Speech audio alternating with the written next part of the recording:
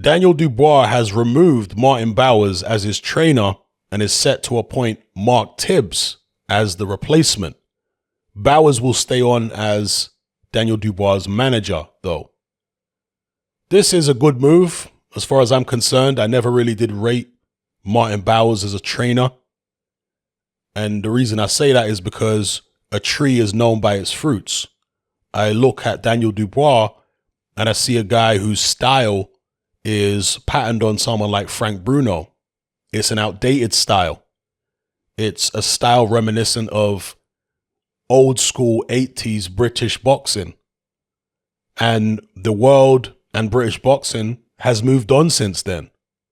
So I think getting Mark Tibbs in as a trainer is a good move, although Mark Tibbs kind of comes from that school a little bit as well. I think he is more progressive in that sense than Bowers and more experienced and more proven as a trainer than Bowers. But he's not the trainer I would have liked Daniel Dubois to go to. I would have preferred him to go to one of the more modern thinking trainers, somebody like a Shane McGuigan and Adam Booth, etc. Maybe even an American trainer. And the reason I say that is because I look at Daniel Dubois and I see the things that he lacks, right? He's upright, he's stiff, there's not much head movement there, there's not much imagination there. He's young enough at 23 years of age to actually experiment with different styles. You know, he is someone who needs seasoning.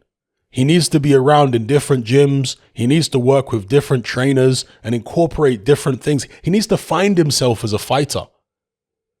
If he was 33 rather than 23, then you might say, okay, he is what he is. You can't really change him dramatically. You can't completely revamp his style.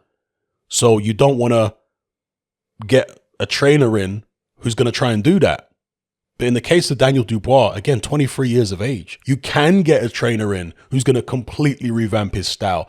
It won't necessarily work, but you can at least try that when a fighter is as young as he is. So I'd like to see him with a Booth, a Shane McGuigan, somebody like that. I'd like him to study the likes of Lennox Lewis, Riddick Bowe, big men, a similar dimension to him who had more fluidity. Now, again, I'm not trying to act like we can make Daniel Dubois as fluid as Lennox Lewis or as fluid as Riddick Bowe. No, I'm not trying to act like that. What I'm saying is he can at least incorporate elements of their game. If he never becomes as fluid as those guys, at least he can become more fluid than he is now. At least he can take a step in the right direction. So I would personally, as I say, like to see him with a trainer who would teach him more fluidity. I'm sure Mark Tibbs will work on that a bit, but that's not really his thing from what I've seen. So I'd like to see a guy, although Billy Joe Saunders, very fluid fighter, right? But Billy Joe Saunders was really slick even in the amateurs. I'd like to see somebody who could teach Dubois not to be slick, but to just have more fluidity, more upper body movement, become more creative, have more imagination, because it's all a little bit robotic. Maybe even an Ishmael Salas could work well for Daniel Dubois. Somebody that can be, Salas, of course, training Joe Joyce, somebody that can bring some fun into the gym. Because Dubois seems like a very serious character, just wants to focus on his boxing and extremely introvert. Somebody who can bring him out of himself a little bit. You know? Again, like a Salas, who's a very gregarious, funny, upbeat, positive character, that might benefit Daniel Dubois. And again, even if it doesn't, it's at least worth trying. At his age, there's plenty of time to try out different trainers. Try one trainer for a couple fights, see how it goes. If it's not working out, if there's no camaraderie, no chemistry between them, if what he's teaching them isn't working, move on to a next trainer. It's okay at his age. And doesn't necessarily have to hire them for a couple fights. Could just have a trial with them, right? Sometimes fighters do that. They go and train with a particular trainer. Chris Eubank Jr. was training with Virgil Hunter, if you remember, for a while. Just go and have a little trial with them, see how it goes for a few weeks, train and see what they can teach you, and then make your decision. I think Josh Taylor did that recently, didn't he? Before he decided on, is it Ben Davison he's training with now? Is it Ben Davison? He's training Josh Taylor, I forget. But anyway, I think Daniel Dubois could do the same. Maybe he has done the same. I don't know. But yeah, Mark Tibbs is not a bad choice, but it wouldn't have been my first choice for him. Let's just put it that way. He did a video which has been posted by various different YouTube channels talking about how he's going to come back. It's full of people laughing in the comment section, and I get that. You know, it is kind of funny because Dubois comes across as extremely introvert, extremely socially awkward. And you do wonder whether, and I'm not being funny, I'm not trying to be disrespectful here, but you do wonder whether he has some kind of learning disability or whether he's on, the spectrum. Because in my entire life, I've never seen a fighter as introvert as Daniel Dubois. Never in my life. I've been watching boxing over 30 years. I've never seen somebody as introvert as this. So it's highly unusual. And if he does have some kind of, learning disability or whatever, then he needs someone that understands that and that can work with that. You see? Because part of being a good trainer, a successful trainer, is knowing your fighters, knowing them psychologically. This is why Mike Tyson said to be a good trainer, you have to be more than someone that can just teach them skills and stuff like that. You have to be more than somebody who can just impart knowledge. You have to be a psychologist. You have to be their best friend. You have to be a counselor and all this kind of business. This is what Mike Tyson said, because that's what Cus D'Amato was to him, of course. And that's true. Maybe not for every fighter. Some fighters don't need all that. But a young guy like Daniel Dubois, I think he needs mentoring by a trainer. I think he needs a trainer to bring him under the wing. And maybe the Bowers is tried to do that, but how well did they know him? I don't know. Maybe sometimes people don't have the right personality to really peel back the layers on someone's personality. Sometimes a very introvert person will only be receptive to certain types of people. You see it.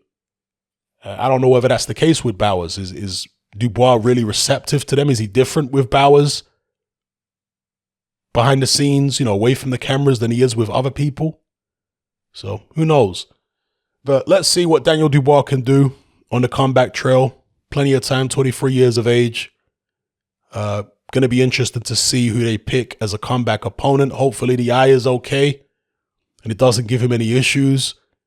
That is going to be a test for him moving forward, whether he can redeem himself after quitting in a fight. And look, I'm not sitting here calling him a coward. I'm not sitting here telling you, oh yeah, I would have carried on with a fractured eye socket. I'm not one of these jokers, these keyboard warriors who say stuff like that, okay? But I'm just being realistic. There are lots of boxers out there who have a much lower view of Daniel Dubois now than they did before the Joe Joyce fight because of the fact that he quit. Fighters out there. I mean, look at Carl Frampton. David Haye, Tony Bellew. These are guys who, whenever they see another boxer quit, they frown on it. You understand? And you're going to have to get in the ring with people like that. Not those fighters specifically, obviously. But there are going to be other fighters out there who maybe haven't voiced their view on Daniel Dubois quitting against Joe Joyce. And they're going to be looking at Dubois like, okay, I can get this guy. If I put the pressure on him, he's going to quit again. You see it. So Dubois is going to have to deal with that hanging over his head. The public are going to, make him feel like he's stigmatized, and opponents are going to make him feel like he's stigmatized. So it's a lot to deal with, but if he's strong enough, he will be able to overcome it. So let's see. Let me know what you guys think in the comments below about Daniel Dubois. Can he bounce back? How far can he go? What do you think about him getting rid of Bowers as the trainer and bringing on Mark Tibbs as his new trainer? Is it a good choice? Would you have liked to have seen him with somebody else? Maybe you think it's the perfect fit. Drop it all in the comments below. Come and join me on Patreon and access my weekly no-holds-barred, censorship-free podcast where we lift the lid on a wide range of controversial topics. It's not mainstream friendly, it's not politically correct, but that's the whole point. We dare to stand as a beacon of reason against an army of insanity. Just head on over to my Patreon page and select the tier called Hatman Hot Topics.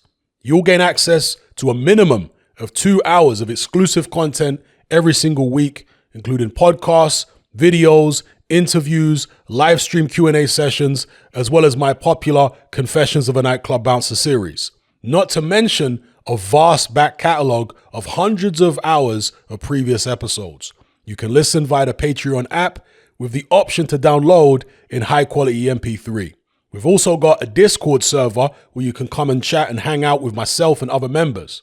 There's no contract, no commitment, and you can cancel at any time. So come and join our community of free and critical thinkers by signing up with me here on Patreon today.